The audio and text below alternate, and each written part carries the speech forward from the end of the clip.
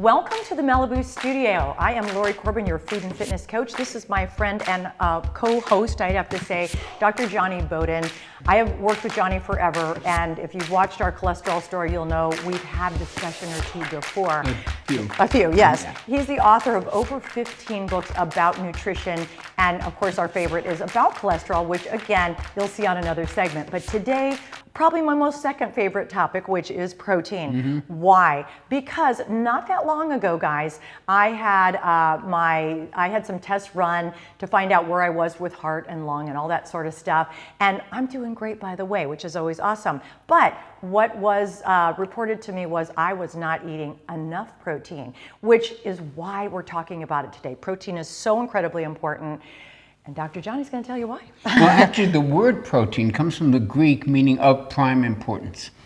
It is so essential to our diets that if you were on the show Survivor, which is hosted by my friend Jeff Probst, my tennis partner, and you took two groups, and you said this group is going to eat nothing but protein and fat for a year, this group's going to eat nothing but carbohydrates, the carbohydrate group would be dead. The other group would be thriving. And maybe would they be a little plump? They would be plump and dead. They might be a little plump. So there's no essential carbohydrates. There are essential fatty acids and essential amino acids which come from protein. So we're just now rediscovering how important this is for things we didn't know it affected. I see. And guys, I want to say too, which is also fun, there's going to be a little science. We're not going to get too in the weeds on super amino acid kind of conversation, but I do think it's so important because I think sometimes you'll see in the news, Americans eat too much protein, but we also probably eat too much sometimes of other things alongside. Yes, that, and we eat the wrong kinds of protein. We eat junk protein, like bad meat and mystery meat and stuff like that. Ultra-processed foods may be another segment. Another mini segment should be on that because that's what many of these diseases are. They're ultra-processed food diseases. Yeah. But getting back to protein, the requirements, the RDA, when I was starting as a trainer at Equinox 32 years ago, it was 0.8 grams of protein per kilogram of body weight. That translates roughly to 0.4 of a gram per pound. It's not enough. It may be enough to keep you from dying, but it is not anywhere close to optimal levels. And what we're finding out is that protein is necessary for cognitive function. And you know, I'm a baby boomer. One of our greatest fears is losing our minds. Yeah. Incredibly important for that. It's critical for muscle. And when you now look at the literature on muscle, we find out it's not just about having big beach muscles. It's about functional muscle, about being able to live into your 70s, 80s, and 90s and be able to open a jar or carry 2 baskets of groceries down the street. Right. These are the things Peter Attia talks about that. He said the 100-year-old, the Centurion Olympics. Yes, I love that. Don't you love that? I do that, yes. And guess what? When you don't have muscle, you have frailty. Frailty is a huge risk factor for mortality. Frail people die at a higher rate than people who are not frail. People worry about energy all the time. When you don't have muscle, you don't have energy. Sometimes when you can't lift something, you say, oh, I don't have any energy. No, you don't have any muscle. And this is so important, Lori, and we're just realizing now how important it is and how much more protein we really need to thrive. Right. And guys, the thing is, I did want to backtrack. Jonny mentioned Peter Attia, and I always want you guys to know the people we know, the people we listen to. Right. And they are a little bit more eggheadish, but Dr. Peter Attia has a podcast called The Drive, and he'll talk to you for about 3 hours on one topic, and he really does get very scientific. But if you are interested in health and you want to follow along with us, I think it's worth listening to it, and you'll pick up on things, even if there's some things you probably won't know. Very often they're like medical lectures, but you can extrapolate from that, and that's what I do. I translate the 3-hour podcast for regular people who need to know in 15 seconds what they need to know about, and I'm telling you, Muscle is really important, and there's no muscle without protein. And I'm going to quick sidebar, and I know we're going to be talking about this in a whole other segment later, but I just have to bring up this new weight loss situation with some of these drugs that you might be seeing, Ozempic and Wegovy, I believe it is called, only because one of the things that happens when you don't eat is you don't always lose, you're talking about weight, but we're actually talking about losing muscle. And if you don't have muscle, you don't burn calories. Is that not accurate? It is just not enough to just look at weight. You know, I had a DEXA scan done last week. Oh, great. And DEXA scan it's a full body scan, and it is the most accurate way to look at body composition. And I had good news and bad news. Now, I've been working out since I was 38 years old. I'm going to be 77. So we're running on 40 years of working out. Yeah. I didn't expect to have to lose much muscle. Yes. The good news was that in the 7 years since I had my last DEXA scan, I've lost 8 pounds of fat. Nice. And I've gone from 22% to 21%. Usually as we get older, we go up. The bad news is I also lost 3.5, almost 4, if I'm being honest, pounds of muscle. And that's with working out. And that's with trying. Right. So I'm going to be working out a little bit harder and a little bit, taking a little bit better supplements and working on that. But the point is, folks, that even if you're doing everything, there is a certain amount of muscle loss as you get older. Right. So the more reserve you have, the less that's going to impact the quality of your life. I agree. And, you know, Jonny and I have both been in the nutrition and fitness field for a long time, and we talk about strength training. And I think people, they mention it, but they might go to a class. I still teach Group X, and I see those gals of mine grabbing their 5s. Well, that's not going to work. You got to get a little heavier. So that's, you know, also something I want to talk about on a later show. But I mean, the dimension of what it means to lift. It doesn't mean powerlifting, but it does mean, yes, you could go super slow. You got to lift something heavy, and that is going to, you got to fuel for that, and that's what we'll be talking about today. But you do need to strength train, or you basically muscle waste. Yeah. It might be worth mentioning. I interviewed Esther Blum, who's a colleague of mine, a wonderful dietitian, wrote a book on menopause, one of the best ones. It's called See You Later, Ovulator. You might want to have her on. She's wonderful. Nice. She said the secret to menopause and beyond is a set of barbells and a steak. Awesome. I love that. That is so good. So today, guys, we've established the need for protein. We're actually going to now talk about how much you might need in one day. As Jonny said, he's 77. I'm not, but I am not far behind him, I got to tell you. And I'm going to say, well, you're brave. But what the gentleman that I worked with on getting my markers about my cardiovascular system was, Lori, you need 100 to 120 grams of protein. I'm so happy to hear that people are saying that. When Steve Massley, the Dr. Massley and I wrote the book Smart Fat, we had to come up with a number that we felt would, you know, you can't treat the general population. Oh, that's okay. You got to individualize it, but we wanted a general number that would cover 99% of the population. And we debated it. Yeah. We looked at the FDA, at the RDAs, and we thought they were ridiculous. And the number we came up with, and I think we were too low on the bottom, but we were thinking there's some women who are under 100 pounds, maybe 80 to 120 is a range that's going to get most people. And these days, everyone I'm talking to that I respect puts the bottom at 100. Wow. And so today, I've got so many products, guys, to show you. Not that you have to buy a product, because you can also eat real food, right? But I just want to show you how, I don't want to say, oh, it's so easy. I do think it's actually hard to, it's not that you have easy, to think. Lori. You really do have to think. I mean, I'm conscious of it, and I'm going, wow, 100 grams is a lot. I'm not done yet, right? Yeah. But it's 8, I haven't finished. There's a fair amount, and we also have to talk about protein quality. Absolutely. All protein is not created yes. equal. Okay, good. So I'm going to start with a blender noise because that's always so fun. Oh, we always love that. You know, so and then we'll just talk about, and I'm not selling anything on this table, by the way, but you know, quick blender noise. Smoothies are so great. That's a pretty quiet blender, How come right? yours is so quiet? Isn't that nice? Makes the house shake. I have it on number 1, but you know, we could crank. Hang on 2 secs, guys. Blender noise. Not bad. There, right? Okay, so what did I put in here? Because you're all dying to know. Yeah, I'm dying to know. I did a story with this gentleman that owns this company. Zervita. This one is whey protein, or whey isolate, excuse me, and pea protein. And we were going to talk about, as Jonny said, quality of protein. But also, this is a wonderful opportunity, as you're going to tell me, to sneak in, because we can't just eat protein, but we do want to eat the proper types of carbohydrates. What kind of carbohydrates? This is the time you can go with some strange stuff. Okay, so I put in Swiss chard, right? Oh, I put in chard. turmeric root. You know, turmeric, which you guys see my yellow fingers, you'll know I cut that up. Good time to put in maybe a non-sweetened yogurt, like a full-fatted yogurt. I'm kind of a fan. And that added more protein. I think I got a little bit more, like 8-10 more grams. So my smoothie, case in point, rounds out to 30 grams of protein. Nice. So And that's a nice dose for a single meal. Yes, and I don't know about you guys, but I do like to drink that blender, and I'm pretty happy I get more, but you can't suck it down quick. I mean, protein halts you down. Protein tells you, we need to take some time. We need to digest this slowly. And the other thing about protein, since you mentioned that, is that it's very filling. Yes. It's the most satiating macronutrient. Macronutrients are fat, protein, and carbohydrates.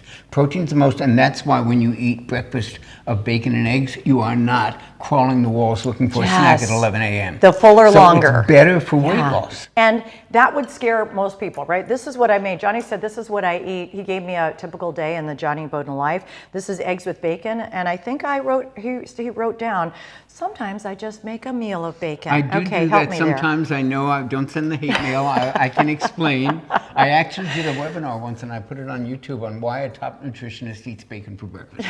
Okay, well, help us out, because it smelled delicious. My dog was, Zoe, you might see my Doberman Zoe in the shot every now and then. She was happy to be here. Yeah. So bacon and eggs, and again, this is not the cholesterol story. You'll have to go back and watch that one. But tell me why you would be happy and obviously satiated with the bacon and egg. And I'd meal. maybe even add a couple of slices of avocado. Okay. For some fat. Let me go grab that. But you don't have to put that in. But why would I be happy with that? A, because it's protein and fat.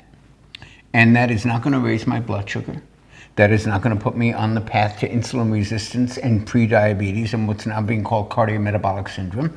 It's not going to do that. It's going to have a nice evening effect on my blood sugar. It's going to raise my protein and my amino acids, which are just the building blocks of protein. It's just what it breaks down to. And it's going to keep me full well into lunch. Very nice. Well into the afternoon. Yes. Have you guys ever done this where you just had a piece of toast, and then your neighbor had this?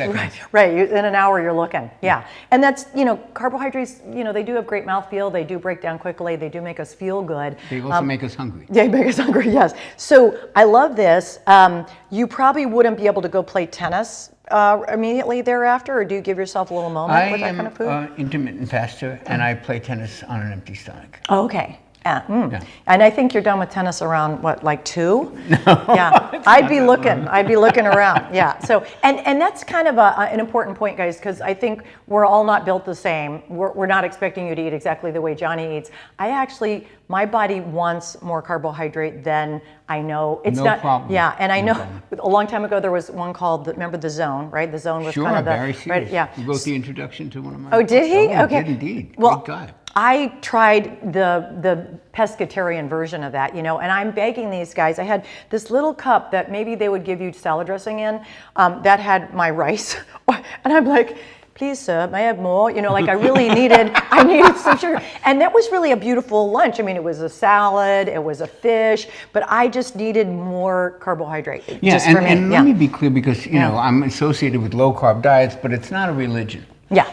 Even if you're eating this and you want to take a piece of Ezekiel bread or one of those, flourless kind of breads that's really Ezekiel sprouted. right there. There we go. Yeah. And put some butter on it. Yeah. It will go very nicely with this. I often do that. That's not bad, because this is going to have the impact on your blood sugar to keep it there that bread's not really going to drive it up. But if you're eating orange juice and Special K and bread forget about it. Your blood sugar is going to be on the roof. Your insulin's going to go up, and you are on the way. If you do that year after year, to not good things. Okay. And again, I sidebar with, I know your doctor's going, yeah, you're not allowed to eat eggs. And again, promise you, you're going to change your ways once you hear the cholesterol story. But we are looking at some fun ways to get protein in your day. So this is obviously, eggs are about 6 grams, bacon, you know the math. What's depends on the bacon. Some are as low as 2 grams, but some are more like 6 or 7. So yeah, don't feel bad, guys, if you go there. This would be a typical Jonny meal. Yeah. He goes with, and I have to laugh. I have to make fun of my husband for a second. I said, hey, can you make me? I got the pound of burger, right? Yeah, and I said, and what is with the slider? You know, so I go, this is supposed to be Johnny's burger. So I like that. I would eat that. Yeah, you want to give yourself 4 ounces at least, and we know from the old days, you know, it's the palm of your hand is the 4-ounce size. If you're a bigger boy and you're doing bigger work, right, you can have more, but that's about 23 grams of protein.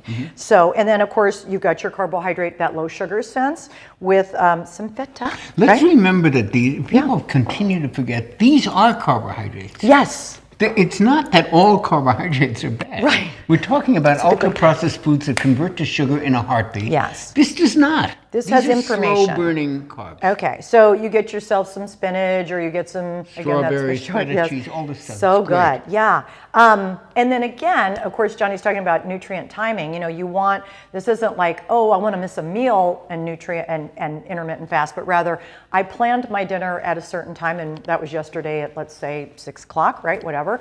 And then you count 12 hours. Maybe it's 14. Some people go as long as 16, which would be a little way for me. But then you have another nice meal, right? Yeah, absolutely. Yeah. So it's okay to have the kind of carb that Johnny's talking about. So I love that. Let's talk now about some fun stuff. We did kind of promote the Zurvita. You just look for a protein powder. You better tell me that, you know. Let's talk about a protein powder you may or may not want. Okay, I'm going to get killed for this. Okay. I'm not a fan of pea protein. Okay. I know we didn't want to get into the weeds, but we have to explain amino acids. They are the building blocks of protein. So when you eat protein, it breaks down in the body to these units called amino acids. There are essential amino acids that have to be present in the right proportions for you to get the most out of your protein. And there are certain proteins, many vegan ones, for example, where yes, it's protein, but it's missing or very low in critical amino acids. So you don't get the full benefit of the spread that you should be getting when you have all of the 8 essential amino acids. Yeah. And that's why, I'm sorry to say, some animal products are very helpful for the human body. We just aren't meant to. Soy protein doesn't have any methionine, and that is a big limiting factor in how valuable it will be to the body. It's not impossible. You can do it. Vegans do it all the time. Joel Kahn's a great example. But for most people, I think we do better with some animal products, and that one of the reasons for that is that the protein is a little bit more complete. Complete, yeah. You guys have probably heard that. If you have beans, you need a little rice. You know, if you have, you know, a yin with a yang kind of thing. And generally, pea protein and soy protein would be the most, I guess you'd say, bioavailable, but it's still not the quality. It really isn't. You know, if you put a burger or let's say a chicken breast next to that, you would not be getting exactly what you need. Right. Now, whey protein, I think, is terrific. Okay. Whey protein is terrific. I'm just not, pea protein kind of on, there are various scales that the government uses to rate protein. They keep changing them every few years to make them more up to date with the science. And these really vegan proteins don't ever really come up to the level of beef. Yes. And that might be another segue where he'll say they're going to kill me, but then you might want to mention some of those new these meat analogs that are so popular. Are you talking about what I think you're talking about? Maybe I will go on record. Get rid of them. It's junk food masquerading as health food. And why would you say that? So you look at an ingredient label and you're going to see... It's made in a factory. Lori, we want people to eat food. And I never understood if vegans think that we shouldn't be eating meat, why do they make their food look like it and taste like it? See, I gotcha. I mean, human beings have been eating. Right. So some of the veggie kind of dogs, the veggie burgers, if you look on the back, you might see that they're made with some soy, and not just, let's just say it was organic soy, that might be kind of okay, but usually it's soy protein isolate, meaning a very congested form, which means too much in one spot, right? And then an oil that you might not love, like an omega-6, like a canola. We're not canola friends generally. No. Some of the polyunsaturated fats are often not your best bet, and they're generally high in this kind of sodium you don't love. Am I right there? You are. Okay, so let's look at good stuff. Let's look at stuff that could be fun. I was telling the guys here today, my cameraman Neil is going, okay, what's for lunch? This is new. I kind of love this. I hope I didn't look too not close because I think it's great. These are cheese wraps, you guys. I'm going to show you. I like that. 13 grams of protein. Where'd you get this? I got it at the regular grocery, guys. Now, were they inexpensive? No, but here's the deal. Let's just say that's all made from cheese. That's all cheese. Get it looks out like of here. I'm going to look here. This is by Folios, and it's pasteurized, part skim milk. There's some salt and some microbial enzymes. I love it. Kind of good to me. 11 grams of fat, but it's the good kind, right? And 13 grams of protein. So 13. So I'd say, all right, let's say there. And then you've got your standard, the best I could get turkey, right? And I would put a sauce like a hummus, or have you guys ever tried bitchin'? I love bitchin'. No. It's made with almond. I will show you that. Anyway, let's just say I did this, okay? I'm going to steal some stuff off your salad here because we have it. So I put on a sauce, all right? My turkey had probably 11, 12 grams per 3 ounces. And then if I rolled that up really pretty, because that's kind of fun. Okay, and that means you could probably have more, but look at this, you guys. Look at how fun that is. Do you want to take a bite? Yeah. It's mouthfeel. I'll say this for you, Neil. It's cool because you get that crunch of the low sugar carbohydrate, right? You got your turkey, it's very filling, and then the cheese is delicious, by the way. I hope I get some love from this company. Anyway, I also saw, you guys can find, I saw at Costco, I saw at Trader Joe's, there's some egg wraps. So they look like crepes, and they're more about 6 grams of protein. So just think about that. If you had an animal protein, your turkey, your roast beef, whatever, and then you've got maybe a hummus if you like that, or maybe just mustard, whatever, and then you've got your lettuce, whatever you want to put your veggie. This is a cool idea. And that was without any sauce. And that didn't have any sauce. Great, right? I also found, and maybe, hopefully you don't find fault, it's called lupin beans. I've never seen these. I want to show you. Neither have I. I found them. They're from Italy. 11 grams of protein, and there's 2 servings in here, so you don't have to eat all of them. But I thought, sometimes you're on the road and you just want a little something crunchy. Let's try that. It is a little salty, not super salty, briny, but I don't know if you want to try one. Oops, excuse me. I'll try a new one. I'll throw that one away. How was it? It's salty, but it's good. Kind of like a really well done lima. Yeah. Anyway, something new, something different.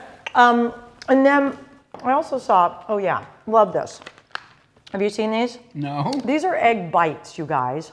So good.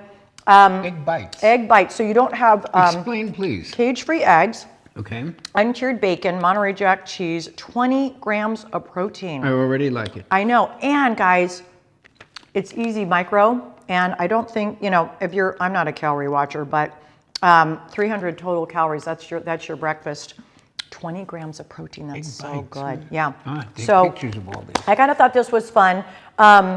I also am a fan of, let's just say, almonds. Nuts and seeds are so great for you nutritionally, right? You're my friend on that one? Oh, yeah. Okay, good. Phew. So I like cottage cheese. I buy organic, and Johnny's going to explain now. We're going to roll into the very end of this about quality of protein. But there's 12 grams for a half a cup, okay?